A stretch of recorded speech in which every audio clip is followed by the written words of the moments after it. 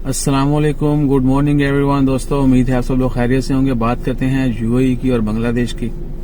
बांग्लादेश ने यूएई से जो है वीकली 6 फ्लाइट्स जो अनाउंस कर दी हैं और वो इन आउट दोनों होंगी, यानी रिटर्न फ्लाइट्स होंगी और बांग्लादेश से भी लोग जो हैं वो वापस यूएई अबू धाबी आ सकेंगे। विमान एयरलाइन जो है उनकी वीकली 6 फ्लाइट्स होंगी, 3 दुबई के लिए, 3 अबू धाबी के लिए। तो जितने भी लोग जो यूएई दुबई से यानी अबू धाबी दुबई से वापस बांग्लादेश जाना चाहें वो भी जा सकेंगे बगैर किसी परमिट के, बगैर किसी रजिस्ट्रेशन के। जिन लोगों ने यूएई से यानी जाना है उनके लिए किसी किस्म की कोई जरूरत नहीं है, कोई डॉक्यूमेंट नहीं चाहिए, कहीं पर रजिस्ट्रेशन जो है वो नहीं करवानी पड़ेगी। सिंपली टिकट लेना है और वापस चले जाना है। और टिकट की प्राइसेस पहले बता दूं कि लॉकडाउन से पहले यानी कोरोना पैंडेमिक से पहले 1500 दिरहम की थी टिकट। अब जो है वही टिकट 5000 या बल्कि 5000 से भी ज्यादा की बिक रही है। जो बांग्लादेश एम्बेसी के जो रुकन है उनका कहना था कि 18 जुलाई की जो टिकट्स हैं वो 5700 दिरहम तक यानी 5 से 6000 दिरहम तक भी उनकी प्राइस जा चुकी है। यानी इतने डिमांड है और इतने ज्यादा लोग विलिंग है वापस जाने के लिए। और उसी तरह वहां से आने वालों के लिए भी अब जो है आसानी होगी। बांग्लादेश से जो वापस यूएई आना चाहते हैं वो भी आ सकते हैं, लेकिन वही लोग आएंगे जिनके पास परमिट है, यानी वर्क परमिट, वीजास और जिनको आने की इजाजत दे दी गई है यूएई गवर्नमेंट ने। 2 वे फ्लाइट जो हैं वो आज से जो है शुरू हो चुकी हैं। आज तारीख है 13 जुलाई 2020, दिन है मंडे का।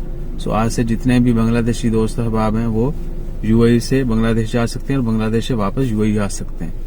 अपना ख्याल रखिएगा। टिकट्स जो है आप विमान एयरलाइन की ऑनलाइन बुक कर सकते हैं, उनके ऑफिस से भी ले सकते हैं।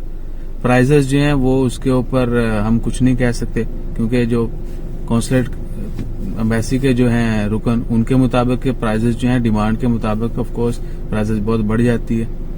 प्राइस मोर देन डबल है, यानी ये 1500 दिरहम की पहले टिकट थी तो अब वो 3500 की ज्यादा मिलेगी। 3500 से 6000 के दरमियान जो है उनकी प्राइजेस होंगी। और उम्मीद है कि आने वाले वक्त में यानी एक तो ईद की वजह से भी लोग जल्दी करेंगे जाने की, उसके बाद जो लोग फ्लाइट्स चलती जाएंगी तो हो सकता है प्राइस जल्दी नीचे आ जाए। लेकिन not in UAE Bangladesh, overall यही जो है ना वो एक्सपेक्ट किया जा रहा है कि जो ही एयरपोर्ट नॉर्मल फ्लाइट ऑपरेशन शुरू होगा तो भी बहुत ज्यादा तादाद जो है, लाखों की तादाद में लोगों ने ट्रेवल करना है, तो टिकट्स प्राइस जो है वो बहुत ज्यादा बढ़ने के चांसेस हैं। ओमान में भी कुछ ऐसा ही है, यही एक्सपेक्टेशन है कि टिकट्स प्राइस बढ़ेंगी। लेकिन अथॉरिटीज, गवर्नमेंट ऑफिशियल जो है वो कहते हैं कि हम कोशिश करेंगे कि इन प्राइसेस जो हैं वो ना बढ़ें, लोग स्मूथली स्लोली जो है वो एग्जिट करें।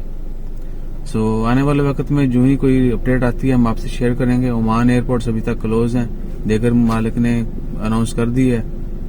देखते हैं ओमान में कि कब अनाउंसमेंट होती है। सबसे जो खुशी का लम्हा होगा, क्योंकि बहुत ज्यादा लोग जो हैं, आपको पता होगा कोरोना की वजह से लोग जो हैं वो जॉब्स खो चुके हैं, बिजनेसेस बहुत बंद हो चुके हैं और लोग सिर्फ इधर बैठे खर्चा कर रहे हैं, अपना गुजारा कर रहे हैं और वापस जाने का इंतजार कर रहे हैं। लेकिन कैसे जाएंगे? स्पेशल फ्लाइट जो हैं वो भी लिमिटेड है और नॉर्मल फ्लाइट ऑपरेशन शुरू नहीं हुआ, टिकट्स बहुत महंगी हैं।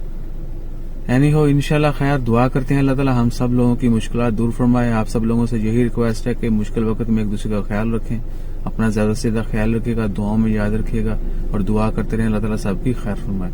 चैनल को सब्सक्राइब जरूर कीजिएगा। जज़ाकल्लाह, अल्लाह हाफिज।